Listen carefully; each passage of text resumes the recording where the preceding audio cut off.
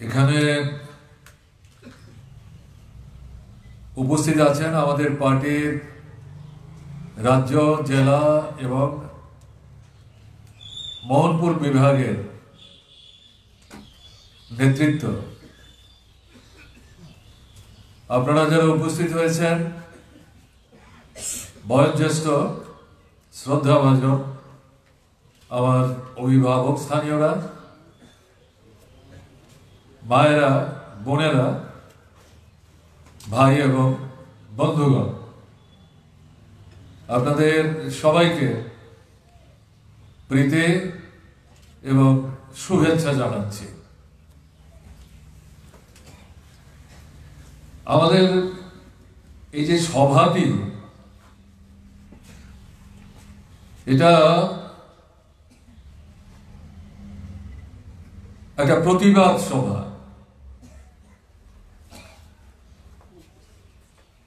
কি প্রতিবাদ করার জন্য আমরা এই সভায় মিলিত হয়েছে? আমাদের রাজ্যে যে সরকার চলছে, দ্বিতীয় দফার বিজেপি সরকার, 6 বছর শেষ হতে চলেছে। বর্তমান সময়ে ত্রিপুরায় মানুষের জীবনের যে জ্বলন্ত সমস্যাগুলো, সেগুলো সুরাহার সমাধানের জন্য যারা সরকারে আছেন, যে দলেরই হবে, তাদের দায়িত্ব হচ্ছে কার্যকরী ফলপ্রসূ উদ্যোগ গ্রহণ করা। কাজ নাই, রোজগার নাই, কেনবার ক্ষমতা নাই, অর্ধাহার, অনাহার, অনাহার মৃত্যু, সন্তান বিক্রি এবং ক্ষুধার জ্বালা নিবৃত্ত করতে ব্যর্থ হয়ে গোটা পরিবারের সদস্যরা আত্মহত্যা করছে। আপনারা শুনছিলেন, রেগার কথা বলছিল, 12-এর কথা, যেটা শহরের কাজ বামফ্রন্ট সরকার ভারতবর্ষের মধ্যে ত্রিপুরাতেই প্রথম চালু করেছিল। এবং উন্নয়নের জন্য যে দপ্তরগুলো, রাস্তা, জল, বিদ্যুৎ, সেচ, এগুলোর মধ্যে যে কাজ, কৃষি, বন, ফল ফসলের যে কাজ, হর্টিকালচার যেটাকে আমরা বলি, এই কাজগুলোর মধ্য দিয়ে বামফ্রন্ট সরকারের সময়ে রেগার কাজ যত না হয়েছে বছরে, তার দ্বিগুণ তিনগুণ কাজ বামফ্রন্ট সরকার সৃষ্টি করত। ফলে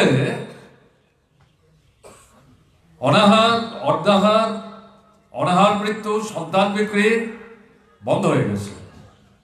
অতীতের ঘটনায় পর্যবেসিত হয়েছিল। এখন এটা একটা স্থায়ী চেহারা নিচ্ছে। সরকার উদাসীন, কোন নজরই দেওয়ার চেষ্টা করছে না। রেশনিং ব্যবস্থা, এটা প্রায় ভেঙে পড়ার মতো অবস্থা। শাসক দলের মধ্যে লড়াই চলছে, মন্ডলের কোন নেতা কোন রেশন শপের মালিক হবে। 10 বছর 15 বছর যাবৎ যারা রেশন শপ চালাচ্ছেন, তাদের বিরুদ্ধে কোনো অভিযোগ তোলবার ক্ষমতা নেই। তাদেরকে এই রেশন শপ থেকে বের করে দিয়ে এগুলো কি করে দখল করা যায়, তার জন্য লড়াই চলছে। রেশনের দোকানে আপনি একসাথে সব জিনিস পাচ্ছেন না। কখনো চাল পান, কখনো নুন পান, কখনো তেল পান, একই জিনিসের জন্য, সপ্তাহের জিনিসের জন্য 2বার 3বার করে আপনাকে যেতে হচ্ছে। প্রশ্ন করার কোনো সুযোগ নাই। রেশনের দোকানদার তিনি বলছেন কি করব, টাকা তো আমরা জমা দিয়ে বসে আছি। সরকারের দায়িত্ব হচ্ছে আমাদের টাকার বিনিময়ে চাল, ডাল, নুন, তেল ইত্যাদি আগাম আমাদের কাছে পৌঁছে দেওয়া। এগুলো না পৌঁছতে পরে আমরা আপনাদের দেবো কি করে? আর আমাদেরও তো সমস্যা হচ্ছে, আমরা ধার দেনা করে যে টাকা সরকারের কোষাগারে জমা দিলাম, এই জিনিস আপনাদের কাছে বিক্রি করার পর যে টাকা আসবে, সে ধার দেনা পরিশোধ করবো, 2-4 টাকা আমাদের হাতে আসবে। রেশন শপের দোকান চালিয়ে আমরা কোটি কোটি টাকার মালিক হয়ে যাচ্ছি, ঘটনাটা তো না। ব্যতিক্রম এরকম 1-2 জন থাকলেও থাকতে পারে যারা দুর্নীতির মাধ্যমে রেশন শপ চালাবার চেষ্টা করে, এরকম 2-4 জন থাকতে পারে, বাকিরা তো এরকম না। আপনারা দোকানে যাচ্ছেন, আপনারা নিজেরা বুঝতে পারছেন। তাহলে হচ্ছেটা কি? সরকারের তো এগুলো দেখতে হবে। জলের কল চলছে না, সেচের মেশিন চলছে না, বিদ্যুতের খুঁটি ভেঙে পড়ে আছে, লাইন উঠছে না, সপ্তাহ মাস এলাকা বিদ্যুৎহীন থাকছে, খোঁজ দেওয়ার কেউ নাই। তো অদ্ভুত ঘটনা চলছে। এগুলো প্রতিবাদ তো করতে হবে, শুধু বিশ্লেষণ করলে চলবে না, রাস্তায় নামতে হবে সংঘবদ্ধ ভাবে। যে আপনারা সরকারে বসে আছেন, আপনারা যদি এগুলি না দেখেন তাহলে সরকারে আপনারা বসে থাকবেন কেন? আপনাদের তো এইভাবে সরকারে বসে থাকবার অধিকার নাই। এগুলো বলবার জন্যই তো আমাদের এই সভাটা, শুধু ঘটনার বিশ্লেষণ করবার জন্য সভা না, পরিষ্কার ভাবে যে কথা বলতে চাইছি। এ কারণেই আমাদের সভা সমাবেশ করার প্রশ্ন আসলেই এরা ভয় পেয়ে যায়, তারিখ দিতে চায় না, তারিখ দিলে সময় দিতে চায় না, সময় দিলে জায়গা দিতে চায় না। কি ভয়? আরে বামফ্রন্ট সরকারের সময় আমি আমার নিজের অভিজ্ঞতার কথা বলছি। কংগ্রেস দল মুখ্যমন্ত্রীর সরকারি বাড়ি থেকে 100 মিটার দূরে মুখ্যমন্ত্রীর বাড়ির দিকে মাইক লাগিয়ে বাঁ পাশে আইজিএম হসপিটাল ভ্রুক্ষেপ না করে ওখানে দাঁড়িয়ে বিক্ষোভ করছে। মাইক বন্ধ করিনি আমরা, বরং শুনবার চেষ্টা করেছি কি বিষয় তুলবার চেষ্টা করছে, সত্যি এর মধ্যে বাস্তবতা আছে কিনা। যদি থাকে তাহলে নিশ্চয়ই আমাদের সেগুলি করতে হবে, এগুলো আমাদের করতে হবে। আমি আপনাদের বলছি, এখন মন্ত্রিসভার সদস্য, একসময় কংগ্রেস ছিলেন, তাদের ছাত্ররা যুব সংগঠনের নেতা, রাত 12টার সময় এসে মুখ্যমন্ত্রীর সরকারি কোয়ার্টারের দরজা ভাঙবার চেষ্টা করছে। অপরাধ কি? মুখ্যমন্ত্রী কিন্তু সেদিন নাই আগরতলায়, তিনি কাঞ্চনপুরে নির্বাচনী সভা করতে গেছেন। এখন তাদের দলের কোন নেতার ছেলে সন্ত্রাসবাদীদের সঙ্গে সম্পর্ক, তার ইটের ভাটিতে বিছানার নিচে সন্ত্রাসবাদীদের চাঁদা তোলার রসিদ পাওয়া গেছে, তার জন্য তাকে ধরে নিয়ে এসছে। এর জন্য রাত 12টার সময় তাদের দলের লোকরা এসে মুখ্যমন্ত্রীর বাড়ির দরজা ভাঙছেন, ইট পাটকেল ঢিল মারছেন। তারপরেও কাঞ্চনপুরে যখন খবর গেছে, মুখ্যমন্ত্রী বলেছেন তাদের গ্রেপ্তার করো না, তাদের এখান থেকে শান্তিপূর্ণ ভাবে ফিরে যেতে সাহায্য করো, তাদেরকে বলো কালকে তারা থানায় যান, না হলে কোর্টে যান। তো মুখ্যমন্ত্রী তো তাদেরকে গ্রেপ্তার করেনি। এই যে ধৈর্য, এটা কিন্তু আমরা দেখাবার চেষ্টা করেছি। সেই ভদ্রলোক এখন মুখ্যমন্ত্রী উলটপালট কথাবার্তা সেখানে বলবার চেষ্টা করে। আমি সেখানে যাচ্ছি না, তার কথার জবাব দেওয়ার জন্য মিটিং না, আমি ঘটনাগুলো শুধু উল্লেখ করার চেষ্টা করছি। হচ্ছেটা কি? আপনার জিনিসপত্রের দরদাম বেড়েই চলেছে, তার নিয়ন্ত্রণটা কে করবে? যারা ইচ্ছে মতো জিনিসের দাম বাড়াচ্ছে, বেআইনি মজুদ করছে, কালোবাজারি করছে, 5 টাকার জিনিস 10 টাকায় বিক্রি করার চেষ্টা করছে, বেশি দাম দিলে পাবেন, না হলে পাচ্ছেন না। এগুলি কে নিয়ন্ত্রণ করবে? সরকার করবে। কোনো ভূমিকা নিচ্ছে না তো, পাচ্ছেন আপনারা, দেখছেন আপনারা কিছু নাই। ঘরে ঘরে চাকরি দেবেন কথা বলে এসছেন, 6 বছর হয়ে যাচ্ছে, এখন তো চাকরিই বন্ধ, সরকারি নিয়োগ বন্ধ, নিয়মিত নিয়োগ বন্ধ, বরং কাজ ছাড়া করছেন। সাধারণ কাজ, মিড ডে মিল ওয়ার্কার, স্কুলের বাচ্চাদের রান্না করে খাবার তৈরি করে দেয়,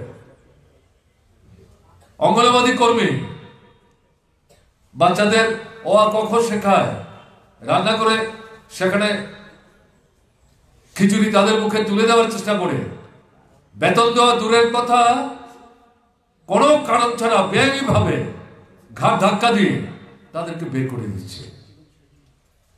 হচ্ছেটা কি? এগুলো তো প্রতিবাদ করতে হবে।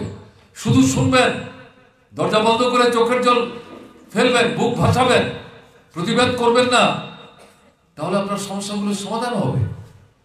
তাহলে তো সমস্যাগুলোর সমাধান হবে না। এই যে পরিস্থিতি চলছে, আমরা তো আজকে একটা বাজারে মিটিং করছি, কালীবাড়ি বাজার। এই কালীবাড়ি বাজারের চেহারাটা এরকম ছিল, এই যে একটা বিশাল একটা এলাকা নিয়ে মাঝারি ধরনের এই বাজার, এই তো এরকম ছিল না।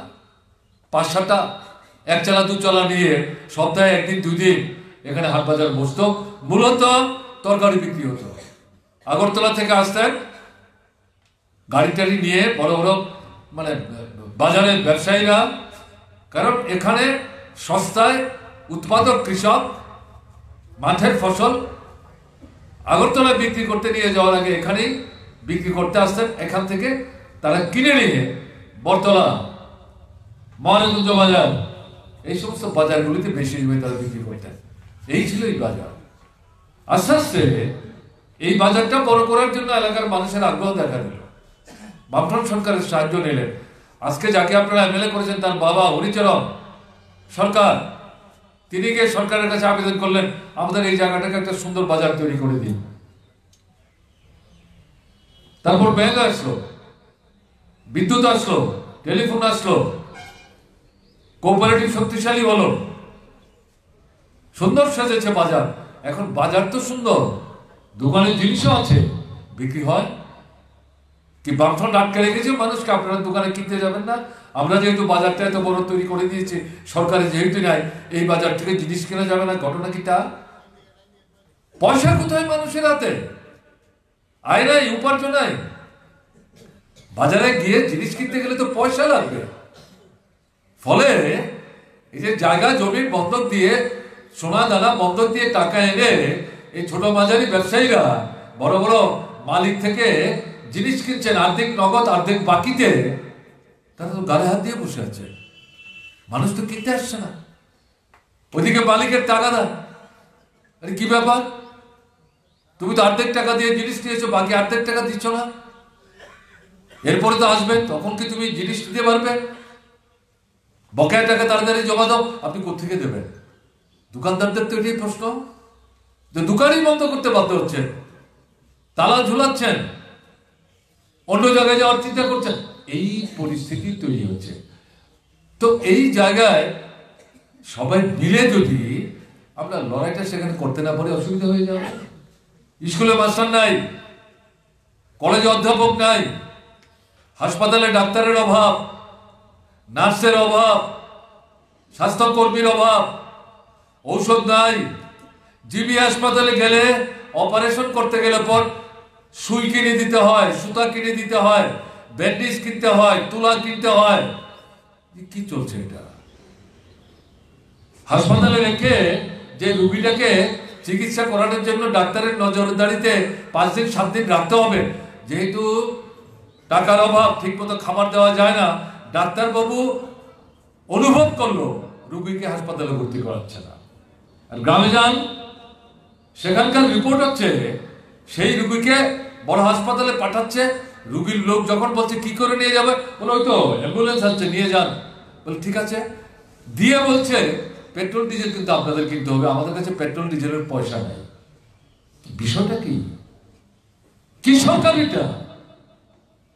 এদের তো লজ্জা থাকা উচিত। এরা উদ্বোধনের অনুষ্ঠানের ফিতা কাটতে যাচ্ছে, আর দুর্গাপূজার পর তারা আগরতলায় নাচা গানের অনুষ্ঠান করছে। আর পূজার সময় যে অর্ধেক মানুষ না খেয়ে কাটালেন, বাচ্চাদের জামা কাপড় দিতে পারলেন না, দোকানের জিনিসপত্র বিক্রি করতে পারলো না, এদিকে কিন্তু নজর দেয় নাই। কি চলছে এটা? সরকার কোথায়? এই প্রশ্নটা আপনাদের তুলতে হবে। এই শুধু আমরা কি মার্ক্সবাদী কমিউনিস্ট পার্টির লোকরা বলবো? এটা আপনাদের বলতে হবে। সরকারটা কোথায়? কিসের সরকার এটা? আইন তো ভেঙে পড়েছে, আইনের শাসন কোথায়? এখানে প্রতিদিন পত্রিকা খুললে পর মৃতদেহ পাওয়া যাচ্ছে, লাশ পাওয়া যাচ্ছে, নারী পুরুষ, মহিলাদের উপর আক্রমণ, অপরাধ প্রতিনিয়ত হচ্ছে। অভিযোগ জানাতে থানায় গেলে পর, এবারকার 23-এর নির্বাচনের পর বিশেষ করে যেটা লক্ষ্য করা যাচ্ছে, 18-র পরে এতটা দেখা যায়নি, 23-এর নির্বাচনের পর অনেক থানাতে দারোগা বাবুরা মামলা রাখতে চায় না, বরং উল্টা পরামর্শ দিয়ে দেয়, কেন মামলা করতে এসছেন, মীমাংসা করে ফেলুন, মন্ডলের লোকদের কাছে যান, মামলা করতে যাবেন, পয়সা খরচ হবে, বিচার পেতে সময় লাগবে, যার বিরুদ্ধে অভিযোগ করতে এসছেন আবার আক্রমণ করবে। এটা কি ভালো? অদ্ভুত কথাবার্তা। এই যদি থানায় দারোগা বাবু বলেন, তাহলে অপরাধী যারা, তারা তো আরো উৎসাহিত হবে। হচ্ছে তো তাই হচ্ছে। এখন মন্ডলের লোক যাদের কর্তৃক জোর দেখিয়ে জয় হাসিল করে সরকার চালাচ্ছে, এরা জবরদস্তি করে মানুষের কাছ থেকে টাকা আদায় করছে। আপনাদের এখানে করার সাহস পাচ্ছে না, কারণ নির্বাচনে জিততে পারেনি, কিন্তু 18 থেকে 23-এর মাঝখানে করেছে, বাজারেই করেছে, জবরদস্তি করে টাকা। কন্ট্রাক্টর টেন্ডারের কাগজ জমা দিতে পারে না, তার জন্য আগাম টাকা, টেন্ডার পেলে পর কাজে নামার আগে আগাম টাকা, কাজ শেষ করার পর মাঝামাঝি সময়ে টাকা তুলতে গেলে পর ওখান থেকে টাকা। কন্ট্রাক্টররা ত্রিপুরা সরকারের কাজ, বড় বড় কন্ট্রাক্টর যারা, তারা এখন নিতেই চাইছে না, আমরা তো ফতুর হয়ে যাচ্ছে। হচ্ছেটা কি? পুকুরে বীজ ঢেলে দিচ্ছে, জমির ধান কাটতে দিচ্ছে না, ফসল তুলে বাজার আনতে দিচ্ছে না, চা পানের দোকান খুলতে দিচ্ছে না, অটো রিক্সা নিয়ে বেরোতে দিচ্ছে না, দল পাল্টাতে হবে, বিজেপির পতাকা হাতে নিতে হবে। আরে কি কাণ্ড! কোথায় ঠিক হবে? আর এটা করতে না চাইলেই এই লুটের রাজত্ব চলছে। গ্রামে থাকতে দিচ্ছে না, আপনার জন্মস্থান, গোটা পরিবার 50, 60, 70 বছর যাবৎ আছেন, এখানে আপনাকে থাকতে দিতে চাইছে না, গ্রাম ছাড়তে বাধ্য করছে, রাজ্য ছাড়তে বাধ্য করছে, দেশ ছাড়তে বাধ্য করছে। এই জিনিস চলছে। অরাজকতা কাকে বলে? কি সরকার? এটার প্রতিবাদ করবেন না? আর যদি মনে করেন চুপচাপ ঘরে বসে থাকবো, দরকার নাই, পার্টির মিছিল মিটিংয়ে যাবো না, এটা কিন্তু বাঁচবার রাস্তা না। এবং মনে করবেন না শুধু মার্ক্সবাদী কমিউনিস্ট পার্টি যারা করছেন তাদের বিরুদ্ধেই বাছাই করে করে এই আক্রমণগুলি করছে মন্ডলের লোকরা। তারাও তো চাকরি পাচ্ছে না, তারাও কন্ট্রাক্টারই পাচ্ছে না, সরকারি তো পয়সা খরচ করছে না, কোনো কাজের দায়িত্ব নিচ্ছে না, তাদের বেঁচে পড়তে থাকতে হবে, তাদেরকে বলছে লুটে পুটে খাও। কাজে তারা তাদের দলের সমর্থক যাদের পয়সা করে আছে, এদের বাড়িতে গিয়েও তারা কিন্তু আক্রমণগুলি করছে। কাজে দল মতের ঊর্ধ্বতেই এখন যদি প্রতিবাদ আপনি করতে না পারেন, তাহলে তো অস্তিত্বই রক্ষা করতে পারবেন না। গণতন্ত্রটা কোথায়? আপনারা গত বিধানসভা নির্বাচনে বামুটিয়ায় লড়াই করেছেন বলে, ভোটের অধিকার হরণ করতে দেননি বলে, তারপরে সব বুথে সব ভোটার নির্বিঘ্নে ভোট দিতে পেরেছে, ঘটনা তা না। যদি দিতে পারত, যারা দিতে পারেনি তাদের বড় অংশ বামপন্থী ফ্রন্টের সমর্থক ভোটার, মার্ক্সবাদী কমিউনিস্ট পার্টির সমর্থক ভোটার, তাহলে নয়নকে যে ভোটের ব্যবধানে আপনারা জয়যুক্ত করেছেন তার দ্বিগুণ ভোটে সে জিততে পারত। কিন্তু তারপরেও আপনারা সাহস করে ঐক্যবদ্ধভাবে যে লড়াইটা করলেন, সেই লড়াই তো অনেক জায়গায় আমরা করতে পারিনি। মোহনপুর পেরেছে, পারেনি তো। সিমনা পেরেছে, পারেনি তো। খয়রপুর পেরেছে, পারেনি তো। আপনার মজলিসপুর পেরেছে, পারেনি তো। মান্দায় পেরেছে, পারেনি তো। জবরদস্তি করে নিয়ে নিয়েছে। ভোটারদেরকে নিজের ভোট নিজেকে দিতে দেয়নি। এরা বলছে রাস্তায় দাঁড়িয়ে আপনারা কেন এত কষ্ট করে এসেছেন, আমরাই তো আছি আপনাদের ভোট দেবো। আরে আমার ভোট তুমি কি করে দেবে? বলে এখন নতুন নিয়ম, এখন তো বামফ্রন্ট সরকার নাই, এখন বিজেপি সরকার, পদ্মফুলের সরকার। কিন্তু আমরাই যাবো। যারা চুপ রাঙাবার চেষ্টা করেছেন তাদের উপর আক্রমণ সংগঠিত করেছে আগরতলার বুকে। তাদের বাড়িতে ভোটের পরে আমাদের যেতে হয়েছে কথা বলবার জন্য, আঘাতের পরিমাণটা দেখবার জন্য, ডাক্তাররা দেখছেন কিনা খবর নেওয়ার জন্য, মামলা করেছেন কিনা জানবার জন্য। তারপরেও বাড়িতে থাকতে পারছেন কিনা, আগরতলার বুকে। তো ঘটনা হচ্ছেটা কি? উপনির্বাচন, সোনামুড়ার দুটো কেন্দ্র, ত্রিপুরার নির্বাচনের ইতিহাসে এত ভোটের ব্যবধানে সরকার বিরোধী কোন দলের প্রার্থী এই কেন্দ্রগুলিতে কোনোদিন জিততে পারে ভোট হিসাব হয়নি তো। 100টা ভোটের মধ্যে 90টা নাকি ভোট দিয়েছে, এবং এই 90টা ভোটকে 100 ধরলে পর এই 100 ভোটের মধ্যে 90 ভোট বিজেপি প্রার্থী পেয়েছে। রেকর্ড, এই রেকর্ড ত্রিপুরার নির্বাচন ইতিহাসে নাই, 52 সালের পর থেকে হচ্ছে। আগের সরকার নাই তো, তারা নিজেরাই বলে এখন বিজেপি সরকার, পদ্মফুলের সরকার, এখন নতুন ধরনের সরকার, এরকমই হবে। বাইরের রাজ্যে আমরা যখন যাই, তারা যখন আমাদের জিজ্ঞেস করে, আমরা যখন এই হিসাব দিই, মাথা নিয়ে জিভে কামড় দিয়ে বলছে চলছেটা কি? বলে এই চলছে আমাদের ত্রিপুরায়। এখন একদলীয় স্বৈর শাসন চলছে। বিজেপি মিটিং করবে, বিজেপি মিছিল করবে, বিজেপি অফিস করবে, বিজেপি পতাকা তুলবে, অন্যরা কেউ কিছু করতে পারবে না। তা আমরা যেহেতু ছাড়ছি না, চাপ সৃষ্টি করছি, মিটিং করতে দিত। আপনাদের এই মিটিং এর পারমিশন কালকে দিয়েছে, 7 দিন আগে কিন্তু চিঠি দিয়েছে। আর যেখানে মিটিং করতে চেয়েছিলেন সমবায় সমিতির মাঠে, সব দল মিটিং করতো। ঠিক আছে, আপনারা জবরদস্তি করে বিধানসভা জিততে না পারলেও সমবায়টা দখল করেছেন, ভোট না করে। চেয়ারম্যান যেই হন না কেন, এই মাঠটা কি কোনো পৈতৃক সম্পত্তি নাকি? এর আগে বামফ্রন্ট সরকার যখন ছিল, কংগ্রেস যখন বিরোধী দলে ছিল, তারা এই মাঠে মিটিং করতে চেয়ে মিটিং করতে পারেনি, করেছে তো। বাধা দিয়েছে কেউ? কেউ বলতে পারবেন কেন এই মাঠটা? এটা কি ফুলের বাগান আছে যে মিটিং করতে গেলে পরে ফুল গাছগুলো নষ্ট হবে? আর যদি বাগানও থাকে, মার্ক্সবাদী কমিউনিস্ট পার্টিকে মিটিং দিলে পর যারা গোটা রাজ্যটাকে একটা ফুলের বাগানের মতো তৈরি করেছে, তারা মিটিং করতে গিয়ে মিটিং এর মাঠে যদি 10টা ফুলের গাছ থাকে, তারা নষ্ট করবে, মানুষ বিশ্বাস করবে, ভয়, মিটিং করতে দেবে না, বাধ্য হয়ে এখানে মিটিং পারছে না। তারপরে দারোগাবাবু 5টা পর্যন্ত মিটিং চাই ঠিক করে দিচ্ছেন, 1টা থেকে 3টার মধ্যে মিটিং শেষ করতে হবে। কিনে নিয়েছেন গণতান্ত্রিক অধিকার। দেখি তো কে আসে আমাদের মিটিং ভাঙতে। আমি তো মিটিং করছি এখন 3:15 বাজে, কেউ আসুক তো আমাদের মিটিংটা ভাঙতে, দেখি তো। যতক্ষণ মিটিং শেষ না হচ্ছে মিটিং চলবে। কি ব্যাপার এটা? কোথায় নিয়ে যাচ্ছেন?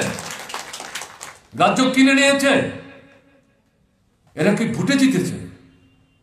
18 নির্বাচনে তো তবু 51 ভোট পেয়েছে কংগ্রেসের দৌলতে।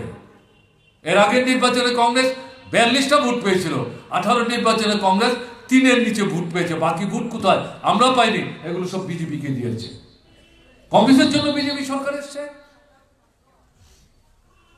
সেই কংগ্রেস আমাদের সঙ্গে হাত মিলাতে বাধ্য হয়েছে। আমরা নিয়েছি তাদেরকে, 13টা আসন দিয়েছি, বাকিগুলো আমরা লড়াই করেছি। সেই নির্বাচনে বিজেপি কত ভোট পেয়েছে? 39টা ভোট পেয়েছে। 51 থেকে নেমে 39 এসছে, 44 থেকে নেমে 32 এসছে। তাও সরকার তৈরি করতে পারতো না যদি ওই তীব্রমথা, বর্ণচূড়া বক্তৃতায় বিজেপির বিরুদ্ধে তলে তলে বিজেপির সঙ্গে সমঝোতা। এখন সব পরিষ্কার। এরা যদি 42 আসনে দাঁড়িয়ে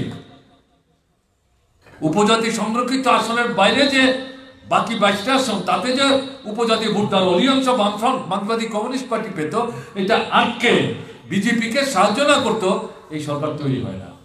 এরা তো পরাস্ত হয়েছে। লজ্জা আছে? মানুষ তো আমাদের ভোট দেয়নি 5 বছরের মাথায়, তারা গান ধাক্কা দিয়ে আমাদেরকে বের করে দিচ্ছিল। যদি এই বিশ্বাসঘাতকদের বর্ণচোরাদের সাহায্য আমরা না পেতাম, আমাদেরই তো বিরোধী দলের আসলে বসতে বাধ্য হতে হতো। কাজেই যে কোনো ভাবেও সরকারটা তৈরি যখন করতে পারলাম, একটু মানুষের জন্য কিছু করি। লুট চলছে অফিস কাছারিতে, পয়সা ছাড়া কোনো কাজ সাধারণ মানুষ করতে পারছে না। এখন আপনার পার্মানেন্ট রেসিডেন্ট সার্টিফিকেট টাকার বিনিময়ে, সেখানে ত্রিপুরার বাইরের লোক এই সার্টিফিকেট সংগ্রহ করছে। এই সার্টিফিকেট জমা দিয়ে বাইরে থেকে এসে ত্রিপুরার ছেলে মেয়েদেরকে বাদ দিয়ে টাকার বিনিময়ে তারা চাকরি দখল করছে। কোথায় নিয়ে যাচ্ছে? কিসের চাকরি? একটা চূড়ান্ত অব্যবস্থা চলছে, সরকার নাই। কাজে এই জায়গাতে শুধু একটা মিটিং আসলে কিন্তু চলবে না, রাস্তায় নামতে হবে। মিটিংয়ে আসো, রাস্তায় নামা, এটাকে কোনো মতেই আমরা খাটো করে দেখার চেষ্টা করছি না।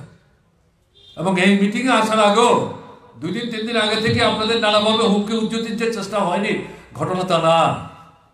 এবং এই যে বাজারে মিটিং করছেন, এই বাজারের লোকরা অপেক্ষা করছে বাইরের লোক আসে কিনা, না হলে আমরা একলা গিয়ে আগে যদি মুখ দেখাই তাহলে অসুবিধায় পড়ে যাব। তার জন্য যারাও 2-4 দশজন এসছেন, তারা অনেক দেখে খোঁজ খবর নিয়ে তারপর আস্তে আস্তে এসছেন। পরিস্থিতিটা এই জায়গায়, এগুলো আমরা বুঝি না মনে করার তো কোনো কারণ নেই, কিন্তু মনের দিক থেকে তারা আপনাদের সঙ্গে আছেন, লাল ঝান্ডার সঙ্গে আছেন। কতদিন চলবে এটা? মোহনপুরকে ছেড়ে দিয়ে রাখবেন এই লুটের রাজত্ব চালাবার জন্য? লুটের বকরা নিয়ে নিজেরা মারপিট করছে, মাথা ফাটাচ্ছে, মামলা হচ্ছে। কোথায় এখন এত ক্ষমতাশালী ভদ্রলোক, যিনি মানে সবাইকে উপদেশ দিয়ে বেড়া, সেই এলাকাটার মধ্যে এই যে ঘটনা চলছে, এগুলো নিয়ন্ত্রণ করছেন না কেন? কি চলছে এটা? আরে আমরা তো একটা আইনি দল, অফিস খোলা যাবে না, পতাকা তোলা যাবে না, কেমন তোর কথাটা? কাজে এগুলোর বিরুদ্ধে ঐক্যবদ্ধভাবে রাস্তায় নেমে আপনি যদি চোখে চোখ রেখে কথা না বলেন, প্রতিবাদ না করেন, নিজের দেবে আদায় করার চেষ্টা না করেন, ঘরে এসে কিন্তু কেউ আপনাকে আপনার সমস্যার সমাধানের জন্যে কাজ, খাদ্য, টাকা, পয়সা এগুলি দিয়ে যাবে না। জীবনের অভিজ্ঞতা কিন্তু এই কথা বলে। যদি মনে করেন ত্রিপুরায় এই জিনিস চলছে, তাহলে ভুল করবেন। সারা দেশেই এটাই বিজেপির দস্তুর। কোথায় কাজ? দিল্লি সরকারের বয়স তো 10 বছর, আর মাত্র 2-3 মাস বাকি আছে।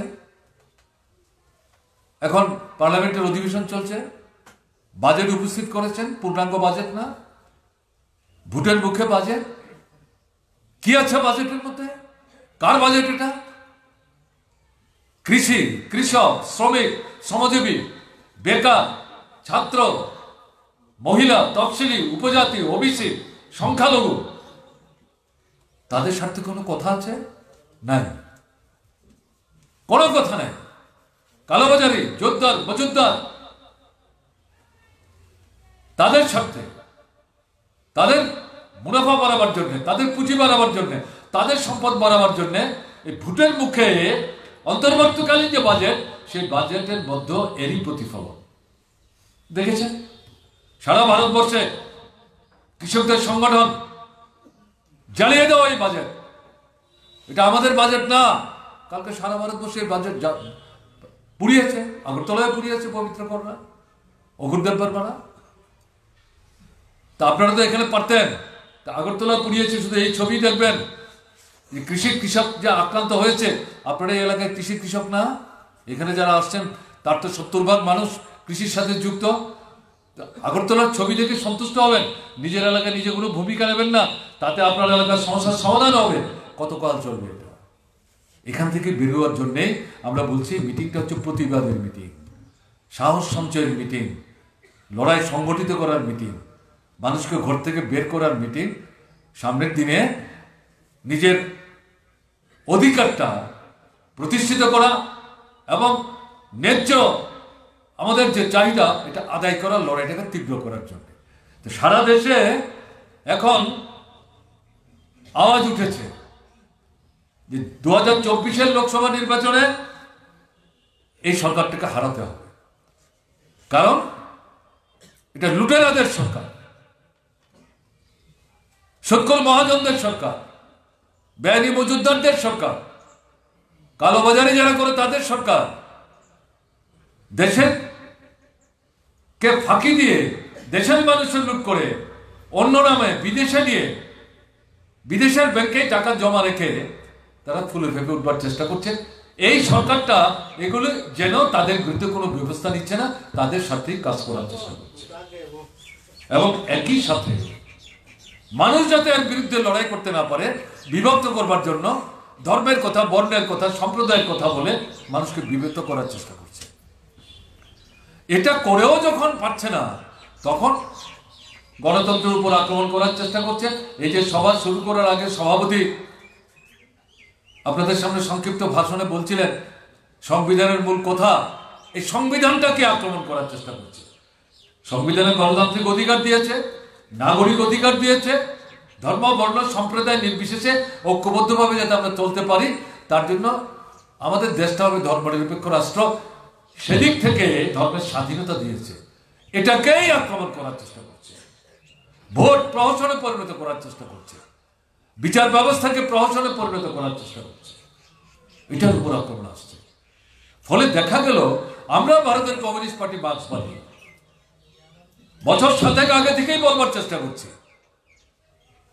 মুখে যা কিছু বলেই তারা 14 নির্বাচনে জিতে সরকার তৈরি করুক না কেন, এগুলি তারা বাস্তবায়িত করবে না, তারা উল্টো পথে হাঁটবে।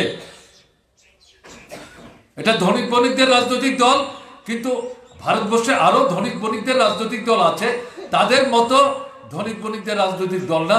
এদের মধ্যে ফ্যাসিস্ট সুলভ চিন্তা আছে, ধর্ম বর্ণের ভিত্তিতে মানুষকে ভাগ করে বৃহৎ ধর্মের অংশের মানুষ যারা তাদেরকে আশ্রয় করে শোষকদের স্বার্থে অন্য অংশের মানুষদেরকে দাবিয়ে রাখবার জন্য তারা এই রাষ্ট্রকে নিয়ন্ত্রণ করার চেষ্টা করছে।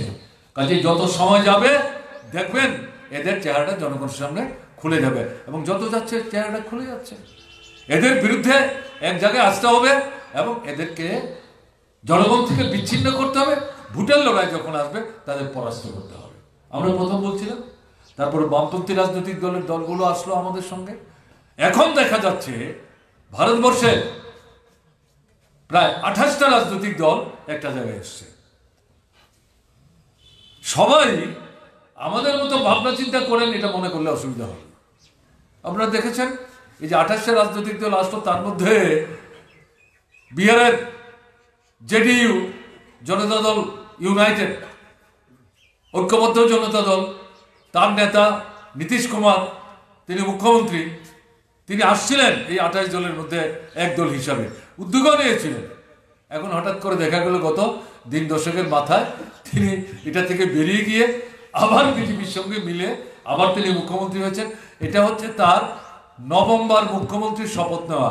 তাকে ক্ষমতায় থাকতে হবে, পদে থাকতে হবে, হয় প্রধানমন্ত্রী না হলে মুখ্যমন্ত্রী। তো তিনি বুঝতে পারছেন যে 28 দল একসাথে আসলো, তিনি প্রধানমন্ত্রী হতে পারবেন জিতলেও তার কোনো নিশ্চয়তা নেই। কাজেই মুখ্যমন্ত্রীও হারাবো, প্রধানমন্ত্রীও হতে পারবো না, তাহলে আবার কি লাভ হলো এই ঐক্য করে? তিনি তো তার নিজের কথা শুধু ভাবেন। ফলে আবার গোপনে গোপনে বিজেপির সঙ্গে আগে থেকে কথা বলতে শুরু করে শেষ মুহূর্তে গিয়ে আবার পুরনো শিবিরে ফিরে গেছেন, গিয়ে আবার তিনি মুখ্যমন্ত্রী হয়েছেন নবমবার শপথ নিয়ে। তাকে যখন জিজ্ঞেস করছেন কি ব্যাপার, আপনি না বলছিলেন বিজেপির সঙ্গে থাকা যায় না, অন্য যে কোনো দল করবো কিন্তু বিজেপির সঙ্গে আর কোনোদিন সরকার করবো না, আপনি আবার তাদের সঙ্গে কি করে আসলেন? বলে না, আমি বিহারের উন্নয়নের জন্য আবার তাদেরকে সাথে নিয়ে এই মুখ্যমন্ত্রী হয়েছি। আসলে কিসের বিহারের উন্নয়ন? উনি তার নিজের ক্ষমতার যে তার লালসা, এটা কোনো মতেই হাতছাড়া হোক, এটা তিনি চান না, তিনি গেছেন। তা আমি কথা বলছিলাম কালকে আমাদের বিহারের কিছু নেতার সঙ্গে, বন্ধুর সঙ্গে। অবস্থা কি? আপনাদের প্রাক্তন মুখ্যমন্ত্রী, বর্তমান মুখ্যমন্ত্রী হচ্ছেন, এই সবাইকে ঐক্যবদ্ধ করার জন্য এত উদ্যোগ নিলেন, তিনি হঠাৎ করে আবার চলে গেলেন। তা আপনাদের মানে এলাকার বা রাজ্যের মানুষ কি বলছেন? বলে মানুষ তৈরি হচ্ছেন 24-এর লোকসভা নির্বাচনে ওনাকে উপযুক্ত শিক্ষা দেওয়ার জন্য। বলছেন বিজেপিও তলে তলে তাকে মানে শেষ করার জন্য রাজনীতিগত ভাবে তাদেরও একটা চেষ্টা আছে। কিন্তু তারা কি চেষ্টা করছে না করছে এটা আমাদের দেখার বিষয় না। কিন্তু দেখা যাচ্ছে বিহারের মানুষ বলতে শুরু করেছেন, এই সুবিধাবাদী লোকটাকে আর কত সুযোগ আমরা দেব। তার দলের বিধায়ক, নেতা, তারা এসে বামপন্থী গণতান্ত্রিক যে দলগুলো এই ইন্ডিয়া জোটের মধ্যে আছে, বিহারে কাজ করছেন, এই দলের নেতাদের সঙ্গে কথা বলছেন যে নেতা গেলেই আমরা দলের কর্মী হিসাবে নেতা যা বলবেন, পূবকে পশ্চিম বলবেন, পশ্চিমকে পূব বলবেন, আমকে কাঁঠাল বলবেন, কাঁঠালকে আম বলবেন, আমরা মাথা নোয়াবো। আমাদের এরকম সমর্থন মনে করবেন না, আমরা একসময় করতাম, আর না, এখন আমরা আছি। এটা অভিজ্ঞতা। আরেকজন পশ্চিমবাংলায়, তিনি মনে মনে নিজেকে প্রধানমন্ত্রীর বিকল্প ভাবতে শুরু করেছেন। এখন তিনি ওখানে মূল আক্রমণটা কাকে করছেন? মার্ক্সবাদী কমিউনিস্ট পার্টির নেতৃত্বে বামফ্রন্ট, মূলত মার্ক্সবাদী কমিউনিস্ট পার্টি। গত নির্বাচনে কংগ্রেস বামফ্রন্ট একসাথে মিলে লড়াই করেছে, আসন পায়নি, ফল ভালো হয়নি, মানুষ বিভ্রান্ত হয়েছে। মানুষ তো ভুল করে, আবার ভুল থেকেই মানুষ শিক্ষা নেয়। মানুষ সব সিদ্ধান্তই সঠিক নেয় এটা মনে করার কারণ নেই। আবার মানুষ শুধু একের পর এক ভুলই করতে থাকেন, এটাও ইতিহাসের অভিজ্ঞতা না।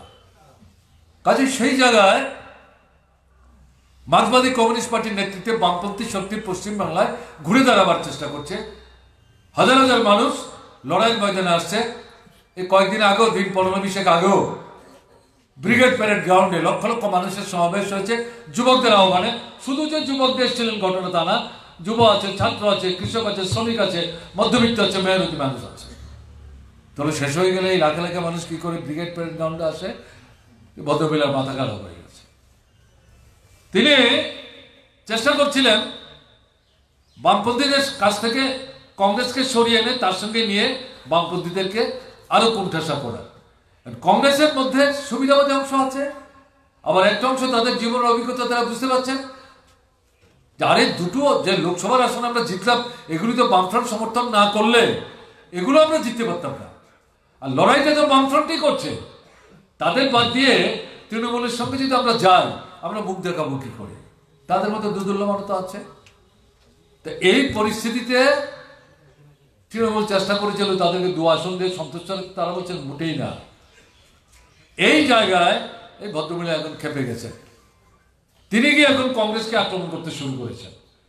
দেখা গেল পরশুদিন মিটিং করতে গিয়ে কোন এক মিটিং এ দাঁড়িয়ে বলছেন রাহুল গান্ধী তখন পশ্চিমবাংলার উপর দিয়ে তার পদযাত্রা করছেন, ন্যায় যাত্রা করছেন। আরম্ভ করেছেন মণিপুর দিয়ে, আসামে ঢুকেছেন, ওখান থেকে তিনি পশ্চিমবাংলায় ঢুকেছেন। বুঝতে পারছেন, তিনি এই ইন্ডিয়া জোটের অন্যতম নেত্রী, একটা রাজ্যের মুখ্যমন্ত্রী, তারা সরকার চালাচ্ছেন। ইন্ডিয়া জোটের সবচেয়ে বড় দল, সেই দলের রাজনৈতিক নেতা, বয়স তার কম হোক, তিনি পদযাত্রা করছেন, যদিও দলীয় স্লোগান, কিন্তু দেশের মানুষের স্বার্থে পশ্চিমবাংলায় ঢুকছে, তাকে মিটিং করার মাঠ দিচ্ছে না। এখনো সে কিন্তু লোকসভার সদস্য, গভর্নমেন্ট গেস্ট হাউসে দুপুরবেলা খাবার জন্য তাকে ঘর ছাড়ছে না। যে মাঠে লোকরা জমছে মিছিলে অংশগ্রহণ করার জন্য, একটা মাঠে রান্না করে তারা খাবে, এই মাঠে রান্না করে খাবার জন্য পারমিশন দিচ্ছে না। ভাবতে পারছেন অবস্থাটা কি? সেই মহিলা বক্তৃতা করছেন। রাহুল গান্ধী কিন্তু এই তৃণমূল যে উলটপাল করছে এই সম্পর্কে কোনো কথা বলেন না, আমি অন্তত দেখিনি। আমি আনন্দবাজার পত্রিকায় কালকেও পড়ছিলাম। তিনি উল্টো বলছেন, বড় বড় কথা বলছেন, পাবেন নাকি ভারতবর্ষের 40টা আসন, 545টা লোকসভার মধ্যে বলছে 40টা আসন পাবেন কিনা। এই যে কথাটা আপনি বলছেন, এটা কেউ উৎসাহিত হচ্ছে? বিজেপি। অনেকেই পশ্চিমবাংলায় বলছেন আরে এই মহিলা তো ইন্ডিয়ার মধ্যে ঢুকেছেন বিজেপির হয়ে ইন্ডিয়া জোটকে ভাঙবার জন্য, তাকে বিশ্বাস করলে ঠকবেন আপনারা, তার সঙ্গে খুব চলুন। পশ্চিম বাংলায় বিজেপিকেও হারাতে হবে, বিজেপির সহযোগী বর্ণচোদা এই তৃণমূল তাকেও হারাতে হবে, উভয়ের বিরুদ্ধে আমাদের লড়াই, এই দৃঢ়পণ লড়াই তারা সেখানে করবার চেষ্টা করছেন। এবং এই ভদ্রমহিলা শেষ পর্যন্ত এই ইন্ডিয়াতে থাকবেন কিনা আরো কিছুদিন গেলে বোঝা যাবে, কারণ কংগ্রেসের সর্বভারতীয় নেতৃত্ব এখনো তার সঙ্গে কথাবার্তা বলছেন, তারা মনে করছেন তিনি নিশ্চয়ই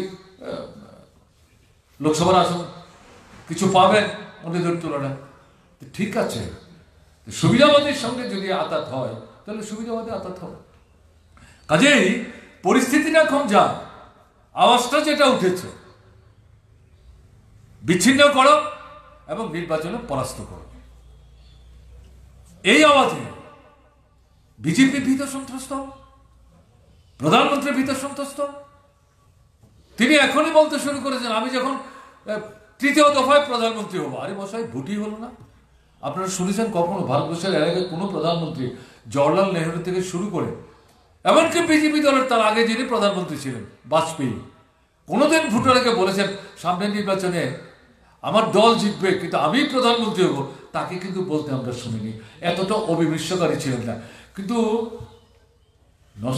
বর্তমান যিনি প্রধানমন্ত্রী বিজেপি, তার তো মাথা খারাপ হয়ে গেছে। তিনি নিজেকে ছাড়া দ্বিতীয় কাউকে ভাবতে পারেন না, যে বলছেন আমি যখন তৃতীয়বারের প্রধানমন্ত্রী হব এবং ভোট হবে 24-এ এপ্রিলের মাঝামাঝি সময় থেকে শুরু হয়, হয়তো মার্চে গিয়ে শেষ হবে। তারা বলতে শুরু করেছেন আমরা জিতবো। ঠিক আছে, তারা বলতেই পারেন এটা। তারপরে গিয়ে জুন মাসে নতুন করে বাজেট হবে, সেই বাজেটে 2047 সালে ভারতবর্ষের চেহারাটা কিরকম হবে তার একটা ছবি বাজেটের মধ্যে অন্তর্ভুক্ত হবে। অদ্ভুত কথাবার্তা বলছে। 2047 মানেটা কি? স্বাধীনতার 100 বছর। এই স্বাধীনতার সংগ্রামে কিন্তু আরএসএস বিজেপির কোনো ভূমিকা নেই। পেছন থেকে ছুরি মেরেছে, ব্রিটিশ সাম্রাজ্য আমাদের পায়ে তেল মেখেছে। তাদের নেতারা যারা আরএসএস এর নেতৃত্ব হয়েছেন, এই ব্রিটিশের পায়ে তেল মেখে জেলখানা থেকে ছাড়া পেয়ে এসছেন। সংবিধান তৈরি করতে বাধা দিয়েছে, এই সংবিধান ধ্বংস করার চেষ্টা করছে। এখন যখন বুঝতে পারছে অনিশ্চিত, তখন এই স্বাধীনতার সংগ্রামের শতবর্ষকেই পুঁজি হিসেবে কাজে লাগাতে চাইছে। 47-এর গল্প বলছি, বাসখানে গেলে তো 23 বছর, পেটে গামছা বেঁধে থাকবেন। দেশের কথা লেখা বেরিয়েছে, পড়বেন। আজকের পত্রিকায় প্রথম পাতায় প্রথম কলামেই লেখা আছে, এই সমস্ত ঘটনা লেখা হয়েছে। পেট বেঁধে থাকবো, কাজ নাই, রোজগার নাই, ঘর নাই, খোলা আকাশের নিচে ভিক্ষাপত্র হাতে নিয়ে মানুষের দুয়ারে দুয়ারে ঘুরবো, আর 2047-এর জন্য শতবর্ষের ভারতবর্ষের কিরকম হবে এটা দেখবার জন্য অপেক্ষা করব। আমাদের পীঠ দেয়ালে কি বলছেন, আমরা এত বোকা নাকি? মানুষ বলতে শুরু করেছে, মানুষ বলতে শুরু করেছে। এই যে জায়গাটা, এই জায়গাটার মধ্যে এই যে মানে ইন্ডিয়া যে জোটটা, এই জোটটা এদের মাথা খারাপ করে দিয়েছে। এরা তো ভারতবর্ষের 29টা 30টা রাজ্যের সব জায়গায় না, 10-12টা রাজ্যে যেমন তারা আছে, 12টা 13টা 14টা রাজ্যে অবিজেপি সরকারও আছে, ওখানেও লোকসভার আসন আছে। কাজেই এই 10 বছরে মানুষের সমস্যার সমাধানের জন্য তো এই সরকারটা কিছু করেনি, পুঁজিপতিদের স্বার্থ রক্ষা করা ছাড়া। কাজেই তারা বুঝতে পারছেন প্রথম 5 বছরের পর মানুষ হয়তো একবার সুযোগ দিয়েছে, তৃতীয়বার যখন যাব কি বলে মানুষের কাছ থেকে ভোট নেব, এই 2047 বললে পরে মানুষ আমাদের ভোট দেবে, ভয় পেয়ে গেছে। ফলে এটাকে কি করে ভাঙা যায় তার চেষ্টা করছে। কিন্তু এটাও অভিজ্ঞতা রাখবেন, যারা যাবার তারা যাবে। যারা এনডিএর সঙ্গে আছেন তাদেরও অনেকে কিন্তু এনডিএ ছেড়ে এই ইন্ডিয়া জোটে আসার জন্য গোপনে গোপনে ইন্ডিয়া জোটের নেতৃত্বের সঙ্গে কথা বলারও চেষ্টা করছে। কাজেই এই যে ভাঙা গোড়ার খেলাটা খেলবার চেষ্টা করছে, এটার উপর দাঁড়িয়ে থাকার কোনো মানে নাই। মানুষের মনের মধ্যে এই সরকারটার বিরুদ্ধে অবিশ্বাস, ক্ষোভ, বিক্ষোভ জমা পাচ্ছে এবং এই যে আওয়াজটা এসছে 24-এর নির্বাচনে কোনো মতে এদেরকে জিততে দেওয়া যাবে না, এই আওয়াজটাকে বাস্তবায়িত করবার জন্য সারা দেশের মধ্যে কিন্তু মানুষের মধ্যে ঐক্যটা ক্রমশ সম্মত হওয়ার চেষ্টা করছে। কৃষকরা আগামী 16 ফেব্রুয়ারি, আজকে 4 তারিখ আমরা মিটিং করছি, তারা ঘোষণা দিয়েছেন গ্রাম ভারতে বন্ধ হবে। কৃষকদের দাবি সরকার হটাবার কথা তারা বলছে না। তারা কি বলছেন যে আমাদের দাবিগুলো প্রতিশ্রুতি দিয়ে ধর্মঘট থেকে আমাদের তুলে নিয়েছ, কিন্তু 1 বছর 1.5 বছর হয়ে যাওয়ার পরেও এই প্রতিশ্রুতিগুলি রূপায়ণ করনি, বিশ্বাসঘাতক, প্রতারক। কাজে তার প্রতিবাদে আমরা ভারতের গ্রামে আমরা বন্ধ ডাকছি। আমরা কৃষক, আমরা গ্রামের মানুষ, অধিকাংশ গ্রামেই বসবাস করেন। সেদিন কৃষিকাজ হবে না, গ্রামের বাজারের দোকানপাট খুলবে না, কৃষকরা কাজে যাবেন না। তারা মিছিল করবেন, প্রতিবাদ করবেন তাদের দাবি রূপায়ণ করার জন্য। আর যদি রূপায়ণ না করে তাহলে পরে এই সরকার পাল্টাবার জন্য গ্রামের মানুষ ঐক্যবদ্ধ হবেন। তারা এই দাবি নিয়ে 16 ফেব্রুয়ারি কিন্তু সারা ভারতবর্ষে এই আন্দোলনের ডাক দিয়েছেন এবং প্রস্তুতি শুরু হয়েছে। পাশাপাশি শ্রমিকদের যে সংগঠন 10টা-11টা ট্রেড ইউনিয়ন কৃষকদের আহ্বানে তারা সমর্থন জানিয়েছে যে আপনাদের লড়াই, এই লড়াইটা আমরা নৈতিকভাবে সমর্থন করি। তারা তাদের মতো করে কলে, কারখানায়, ফ্যাক্টরিতে তারা তাদের যে দাবি, তাদের যে ট্রেড ইউনিয়ন অধিকার, অর্থনৈতিক দাবি দেওয়া, এগুলো রূপায়ণ করছে না মালিকদের স্বার্থ রক্ষা করবার জন্য।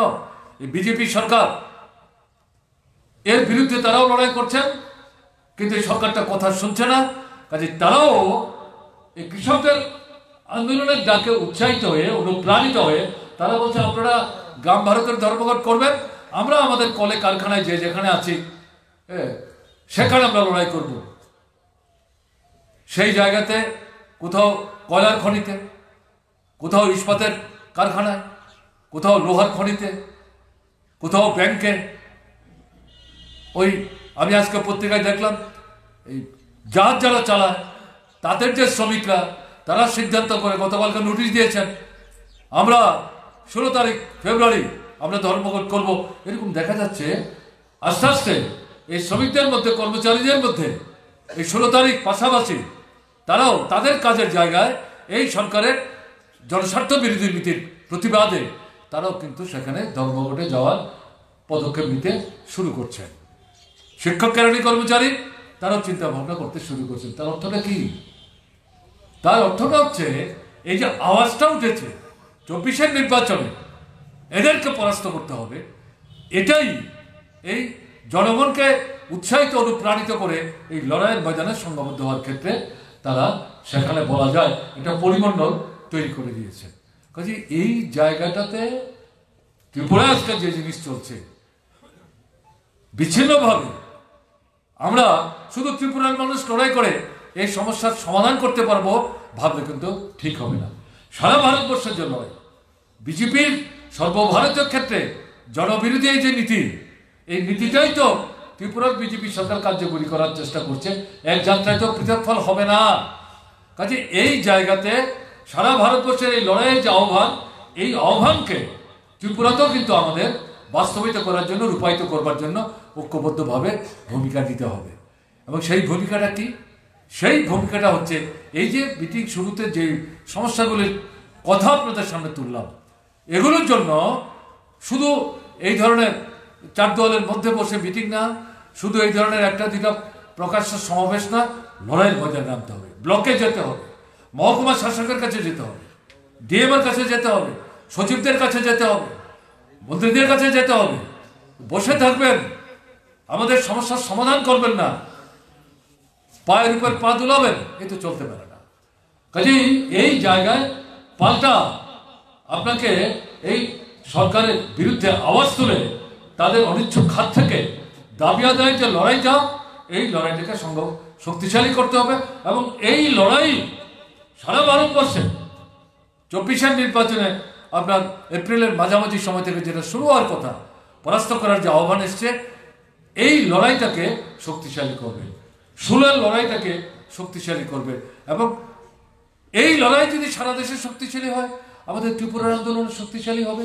এবং এরই প্রেক্ষাপটে এই যে এখানে আমার আগে দুজন তিনজন বলে গেলেন 24-এর লোকসভা নির্বাচনে আমাদের এখানে যিনি বামপন্থী ফ্রন্টের প্রার্থী হবেন, বামুটিয়ার নির্বাচনে বিধানসভা যেভাবে ভোট দিয়ে আপনারা জয়যুক্ত করেছেন, যাতে এই লোকসভা নির্বাচনে বামফ্রন্ট প্রার্থী আরও বেশি ভোটের মার্জিন নিয়ে এখান থেকে যেতে পারে, তার জয় নিশ্চিত হওয়ার জন্য আপনাদের কাছে আবেদন করেছেন। আমি এই আবেদন এইভাবে করতে চাইছি না। লড়াই বাদ দিয়ে খালি ভোট দেন এই কথা বলবার জন্য আমাদের এই মিটিং না। লড়াই করুন, মাঠে নামুন, ঘর দরজা বন্ধ করে যারা নিজেদেরকে আটকে রাখার চেষ্টা করছেন তাদেরকে উৎসাহিত করুন। একসাথে লড়াইয়ের ময়দানে আপনারা সেখানে সংঘবদ্ধ হন। সেখান থেকে একদিকে দাবি আদায়ের লড়াই, আগের দিকে জনগণের যে দুশ্মন, ভারতবর্ষের স্বাধীনতার পর এমন প্রতিক্রিয়াশীল জনবিরোধী সরকার ভারতবর্ষে আসেনি, তাদেরকে ক্ষমতাচ্যুত করবার জন্য যে আওয়াজ এসছে, সেই আওয়াজ ত্রিপুরাতে আমরাও বাস্তবায়িত করতে চাই। ত্রিপুরার 2টি আসনে আমরাও অবিজেপি গণতান্ত্রিক ধর্মনিরপেক্ষ শক্তির প্রতিনিধিত্ব করে এমন যে প্রার্থী, তাদেরকে জয়যুক্ত করার জন্য আমরা বামুটিয়া সহ সারা ত্রিপুরার নির্বাচক মন্ডলীর কাছে আমরা আবেদন জানাবো। কিন্তু লড়াইটা বাদ দিয়ে না। বিধানসভা নির্বাচন ভয় দেখিয়ে চোখ রাঙিয়ে যাদের ভোট হরণ করার চেষ্টা করছে, নিজের ভোট নিজেকে দিতে দেয়নি, এবার এখন থেকে আওয়াজ তুলবেন। একদিকে দাবির লড়াই, আর একদিকে ভোটের লড়াই। যে এবার কিন্তু এই ভোটের অধিকার হরণ করার চেষ্টা হলে পর এটা মোটামুটি বুঝাবুঝি হবে। আমরা দেখতে চাইব কারা আমাদের ভোটের অধিকার হরণ করতে চাইছে। পাল্টা এদের বিরুদ্ধে ঐক্যবদ্ধভাবে রুখে দাঁড়িয়ে দলবদ্ধভাবে ভোটের বাক্সে আপনাদের যেতে হবে। সেই চিন্তা পরে করুন। এখন বেঁচে করতে থাকার যে বিষয়, এই বিষয়কে ভিত্তি করে লড়াইটাকে তেজি করার চেষ্টা করুন। আইনের শাসন চাই, জঙ্গলের রাজত্ব না। গণতান্ত্রিক অধিকার চাই, নাগরিক অধিকার চাই, শুধু শাসক দল না। আমরা শুধু মার্ক্সবাদী কমিউনিস্ট পার্টির কথা বলছি না। মার্ক্সবাদী কমিউনিস্ট পার্টি, বামফ্রন্ট, কংগ্রেস, সব অবিজেপি রাজনৈতিক দল প্রত্যেককেই স্বাধীনভাবে তাদের অফিস খোলার, পতাকা তুলবার, মিছিল মিটিং করার, সভা সমিতি করার, আন্দোলন সংগ্রাম করার যে গণতান্ত্রিক অধিকার, সেই অধিকার নিশ্চিত করতে হবে। শুধু বিজেপি যা খুশি তা করবে, অন্যরা কেউ কিছু করতে পারবে না, এটা চলতে দেওয়া যায় না। এই সমস্ত বিষয়টা একসাথে নিয়ে আমাদের এগিয়ে যেতে হবে। আমার বিশ্বাস আপনারা নানা প্রতিকূলতা উপেক্ষা করেও আজকের এই সভায় যেভাবে সমত হয়েছেন, দূর থেকেও যারা কথা শুনছেন, তারা এই আহ্বানে সাড়া দেবেন। এটা কোনো দলীয় স্বার্থ কাজে, সেদিক থেকে এই স্বার্থ আদায় করবার জন্য সামনের দিনে আপনাদেরকে সংঘবদ্ধভাবে লড়াইয়ের ময়দানে আসতে হবে এবং আপনারা এগিয়ে আসবেন এই বিশ্বাস নিয়ে আমাকে কথা বলবার সুযোগ দিলেন। তার জন্য আপনাদের সকলের প্রতি আরেকবার কৃতজ্ঞতা প্রকাশ করে আমি আমার কথা বলা শেষ করছি। ভালো থাকবেন। আমার নমস্কার দেবেন।